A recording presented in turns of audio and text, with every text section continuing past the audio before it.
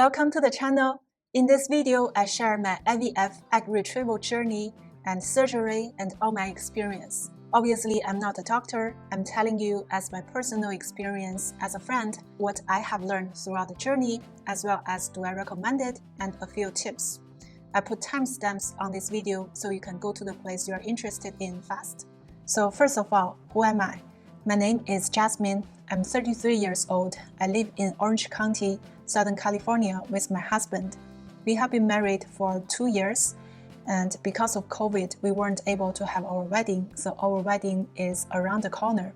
And this is relevant. I will tell you about why later. We have always wanted to have children. We have been trying since January 2021, but we haven't had any pregnancy result yet. It had been a full year, so 1 year from my age is not a lot. Doctors recommend women under the age of 35 to try at least 1.5 years naturally. But in my case, I really like planning things. I like planning my vacations, planning my career advancements, and especially in the time of COVID, everything is uncertain and we are stuck at home. Having a bit of control, having a bit of plan seems really precious. Throughout the entire COVID, I was working from home while my husband was working in the office space. And that really has an impact on my mental health because I was stuck at home every day. And at the same time, we are trying to have a baby. So I was really hoping every cycle with greater hope, with 2x hope, with 4x hope that we will get a baby this month. And some of my friends, a lot of them actually had babies during COVID. And they told me my boredom or my depression could be resolved with having a baby. It will get me a lot busier and I will have a lot of things to do in the evenings. And that made me even more excited and look forward to having a baby. So every time we try, and my period came again, it is a greater hit, and I was very emotional. I cried every time my period came. And maybe I was strong, I can take it 1 time, of course, I can take it 3 times, I can take it 5 times. But after it hit you 1 time and another again after an entire year, then it really gets you. At least for me, it really got me. Right now is December 31st, 2021. I was in the living room, all my other family members are there, and I quickly came over here in the bathroom by myself, and I don't want anybody else to hear. All of my friends of the same age, they got pregnant one after another. Even the friend who once said she doesn't want a baby because it has so much effect on a girl's body, so she wasn't sure about getting a baby or not, but leaning towards not getting a baby, even she was pregnant and expecting. So seeing everybody sharing they're pregnant and have a young baby, that is really hard news for me. Because the entire year we've been trying, so much stress, so many times we think we finally got it, but eventually no, period always came again, so it was really hard process for us. I believe eventually I will have a baby, but right now it's just really hard for me. It's really hard. I don't know when I will have a baby. So that promoted me to think, is there any other way to do this? Can I seek some help? There are some fertility benefits coming with my insurance plan. Can I utilize those? That's when I started to look into all the treatment options. And I want to mention, throughout the entire trying journey, I did a lot of hospital visits. I was a hospital appointment queen. I went for ultrasound, I went for multiple blood draws, and I consulted more than one doctor, more than one fertility doctor, more than one OB about my situation to check, am I healthy enough to carry a baby? Morning, arriving at appointment, doing my COVID test. Now arriving at the blood test. That was really fast. I'm already walking out. All the results come out great, that I am healthy, there is nothing wrong with my reproductive system. Yet, again and again, my period came and I wasn't able to conceive. So in the beginning of 2022, I decided to look into the different options. I had a talk with the fertility doctor and turned out there are a few options. There is IUI and there is IVF. The doctor did give me a very detailed presentation on each treatment, what is the percentage of conceiving after each treatment, as well as what is the cost associated. In terms of IUI, the cost is much more affordable. It could be a few $100s but it can only increase the chance by maybe 10 to 20%. Whereas IVF, every treatment, the success rate is 50%, but the cost is very high. It can cost about $10,000, as much as that if you are paying out of pocket for an entire treatment cycle. I decided to go with the IVF route because I don't want to keep wasting time anymore. Plus, I wanted to get a tiger baby. So in Chinese zodiac sign, if I get pregnant before the first quarter of 2022, I would give birth to a baby in 2023, just in time for zodiac sign of tiger baby. Both of my parents are tigers. So I went into the doctor appointment, went into the doctor office right away, told the doctor this is my expectation, I wanted to start my IVF cycle right away. So the doctor was very happy, and doctor didn't tell me what to expect in the upcoming timeline, as well as there are so many processes and steps around to get me ready. And it's not a very straightforward, quick process of today I want to go through IVF and after 9 months I'll have a baby. So that is another motivation. I want to share my experience, and this is what I have been through. Another reason is people really don't open up and really don't talk about it unless they heard about it. Just now, there was a person coming in to print something in the shared space I was in. I was the only one who recorded the intro of the video, but she heard me talking about I want to try to get pregnant and I want to try to conceive. She wished me good luck, just so warm, and suddenly the atmosphere became women supporting each other rather than we both taking the office space and trying to do something of our own. So sharing is really important and opening up is really important. This is a topic that people really don't open up because I don't know, because maybe it's shameful, maybe some religions don't support it, and maybe some people can't afford it, so it's a very sensitive topic. But I found out once I started open up, once I started talking about my journey, there are so many other people, my friends, they never talk to me about anything pregnancy related. They said, oh, my cousin did IVF, my second child was conceived through IVF, or I'm an IVF baby myself. So it is actually very common. Looking at the statistics, it's just harder for humankind to get pregnant. I'm starting the trend of openly sharing. I don't think there is any shame in seeking help in advanced technology. I think we should embrace it, we should talk about it. And the more open we are, the more people will get help, and the lower the cost will become in the future, and more people can afford it. So what is IVF process like? Overall, there are two parts of IVF process. The first part is egg stimulation and getting the egg retrieval. The second part is implantation. After the egg and sperm combined, they implant this little tiny baby into the uterus, preparing for pregnancy. I went through the first part, the egg retrieval part, twice. Mostly they are very similar, but they are also different in terms of dosage, in terms of appointment schedule. But overall, what you can expect is the first week going to the doctor appointment, get lab check and get ultrasound, making sure everything is ready, get all of your medication prescribed, getting all the needles shipped to your home. And first week is just an oral medication for estrogen. And the second week and third week are injections every single day until the egg retrieval surgery. The doctor will tell you what is the dosage in the next 2 days, and then you would go to the doctor appointment to check your estrogen level, to check the size of the follicles and making sure the follicles are growing from 4 centimeters to 5 centimeters, 7, 10, all the way to 20. Once it reaches 20, it is time for egg retrieval. And the more follicles reach the size of 20, the better. So the doctor's goal is to get 10 to 15 follicles at the size 20, and by that time is the egg retrieval. This is the last day of appointment before the egg retrieval surgery. I've been having appointments every 2 days, and today is the last day. Final mile of the marathon. 48 hours before the egg retrieval is your trigger shot.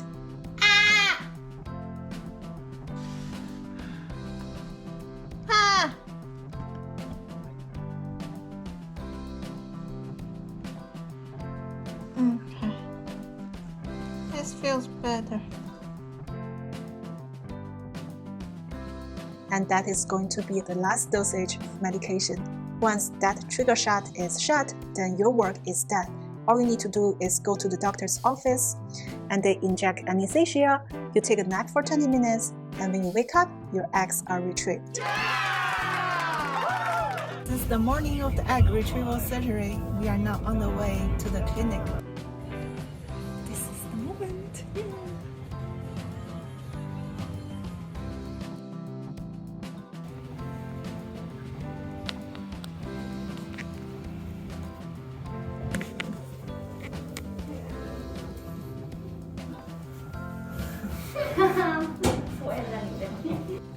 So right now is 11:06 and I was released at 11:02, and I think I woke up about 11. The procedure took place starting from 10 a.m. and ended in 10:21, and of course I don't feel any of that. I will sleep for an hour straight. That's pretty good.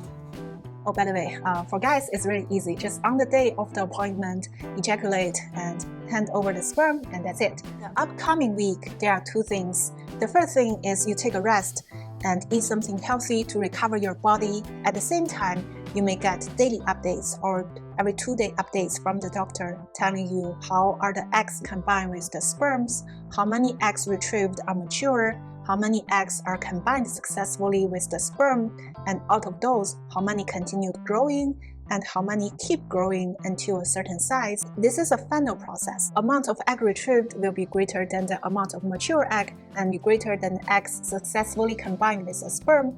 It will be greater than embryos continue to grow and will be greater than the final embryo ready to implant. From there are two routes to choose. One route is to do a fresh implant. Right after 5 days, they select the best embryo, the one that looking like the most healthy, and implant into the female's body. If you are choosing that route, there are some progesterone injections or medications you have to do as well. I chose the frozen route. And that means take the good embryos, freeze them in the freezer, and they can be good for like 10 years. Also, at the same time, I chose the genetic testing. So you take a little piece of the embryo, take a few cells, and send them to a genetic lab that will help test out of the 23 pairs of DNAs, are there any abnormalities? Are they perfectly healthy? Out of the embryos that are successfully growing, only part of them will be perfectly healthy. I'll include a video in the description. This video is very thorough on explaining the different genetic tests. Your fertility clinic may not have time to explain it to you, so check it out if you are interested. Here are my results of the first round of egg retrieval. I retrieved successfully 26 eggs on the surgery date. On the next day, 21 of those were mature. 19 of those were successfully combined with the sperm, become embryo. Out of the 19, only 12 of them continued growing on the third day. After the fifth day, 11 of them continued growing into a mature embryo, and they were frozen, and some samples of them are sent to the DNA test. That's the result of the first egg retrieval. After 1 month, the DNA test came back. I received another call from the doctor telling me out of the 11 embryos sent to the lab, 3 of them were perfectly normal. The next 2 are okay. There are some abnormalities, but in some rare case, I can still use them, usable. The next 4 are high mosaic. So there is a high degree of abnormality in the embryo DNA. The next 2, the bottom 2, are abnormal. And even one of them has the DNA of XXY. So if that embryo was born, the gender would be a boy, but will not have reproductive ability.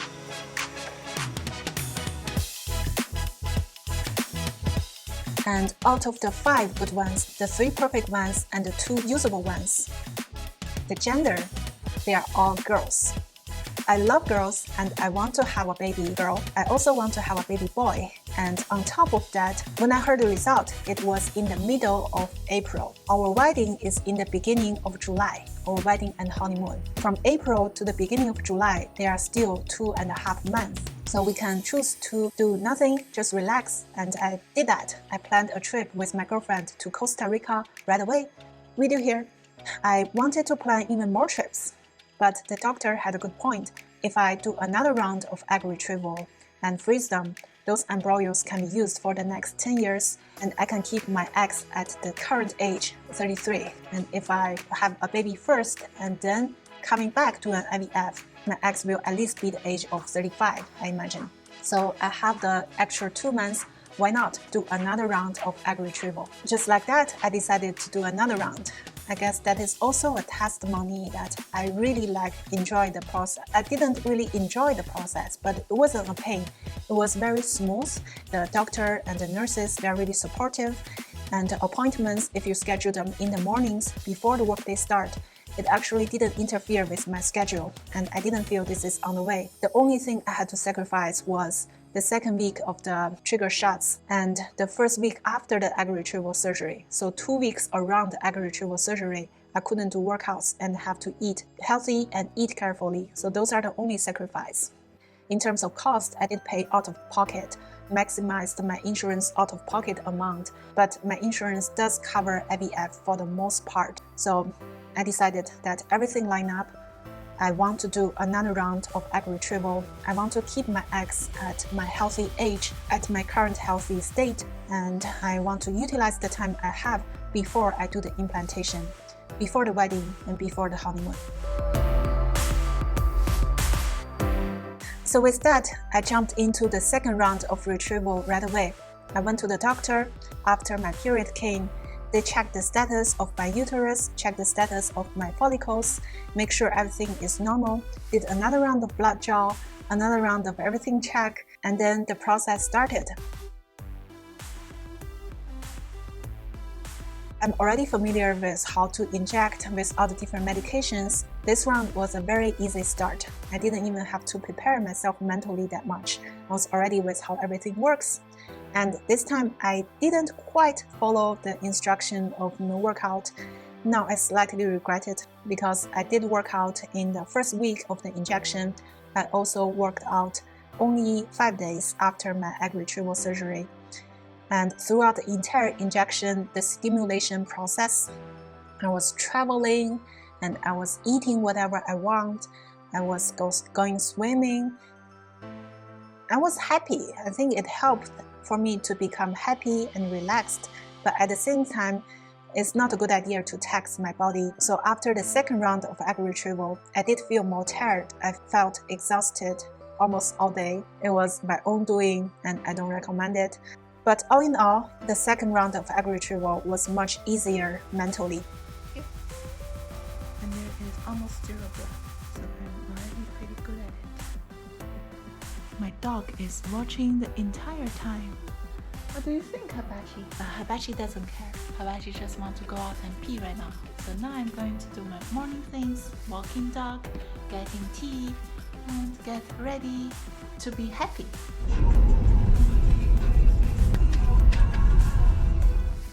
And the result of the second round of egg retrieval, I had 20 eggs successfully retrieved. Out of the 20, there are 18 mature eggs, and 17 of them were successfully combined with the sperms. And on the third day, 10 of them continue to grow, and on the 5th day, there are 8 eggs successfully grown into embryo and frozen. So those 8 eggs were sent to the genetic labs to test, and we will get our final result. Out of those, how many of them are genetically healthy, and how many of them are girls, how many of them are boys, right before our wedding in July and our honeymoon. I'm really hoping one of those will be a boy, and then I will have an older girl and a younger boy. But even if I have 2 girls, I'll be super happy. Those will be my dear girl babies. Oh my goodness. Oh, just very excited that I will have babies. And back to the video. Okay. So, do I recommend doing 2 rounds of egg retrieval?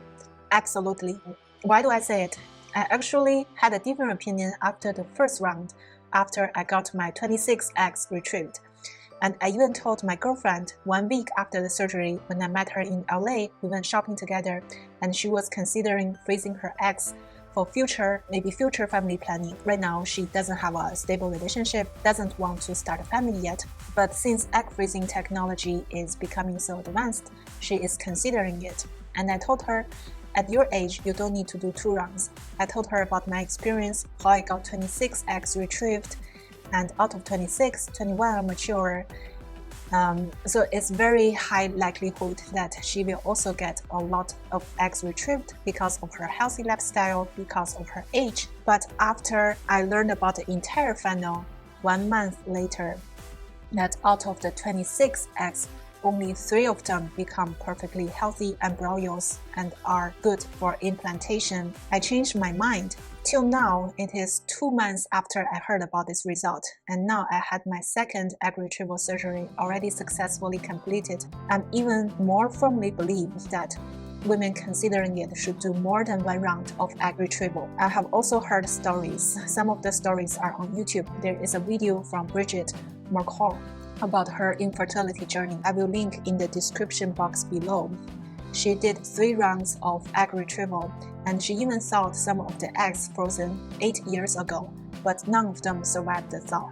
I feel deeply sorry for her, and I think she is having a good life. She has a fulfilled career and fulfilled podcast, but it may be a forever pain to not have baby. I feel for her. So if you are watching this video, my advice is very firm. I'm a strong believer in, if you are currently at a childbearing age, protect your eggs. If you are considering doing egg retrieval, freezing your eggs, or do IVF, do more than 1 round of egg retrieval.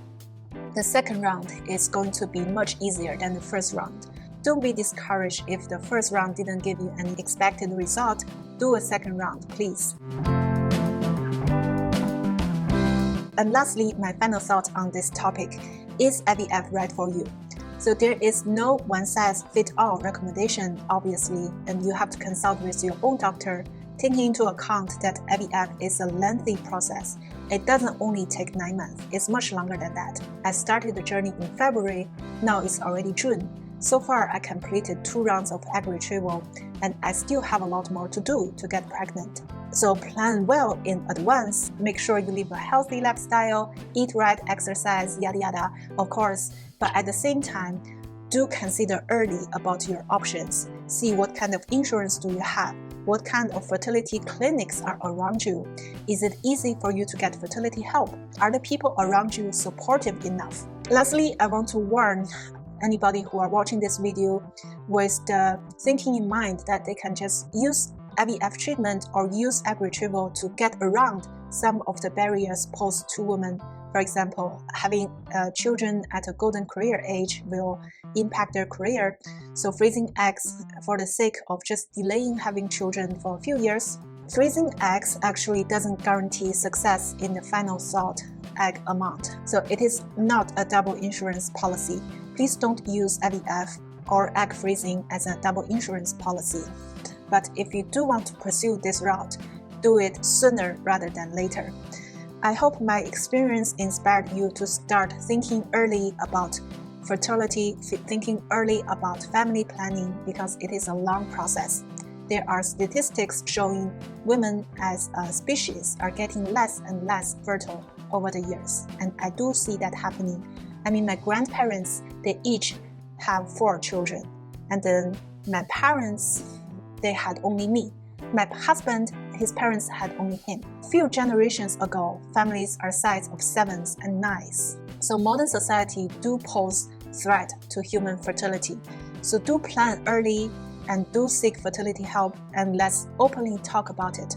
Please share this video with any friends or family who are thinking about going through the fertility treatment. I am forever grateful that I made the decision to do IVF as soon as possible. And I hope you are not stopped by any of the barriers. There are too many barriers along the way. I hope you get help and seeking the right information and do the right decision for you. Thank you so much for watching. Like, comment, subscribe, and I will see you in the next video. Bye.